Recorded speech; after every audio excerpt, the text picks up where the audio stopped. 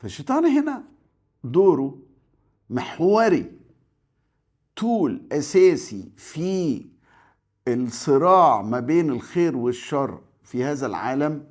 وتيجي انت تقول لي كان له اختيار ان هو يبقى طيب ولطيف ويسجد لآدم، وتوتة توتة فرغت الحدودة، قفل يا عم وخلص وطلع يوم القيامة واكتب النهاية.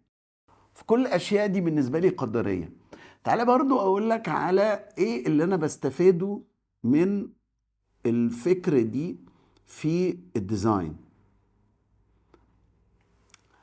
لما ابتديت أقتنع تماما بالنظرية القدرية وإن كل شيء مكتوب وكل شيء محتوم، ابتديت أفهم الموهبة اللي عندي دي إنها مش موهبتي، ده دور، وأنا مسلح بمجموعة إيحاءات وإلهامات.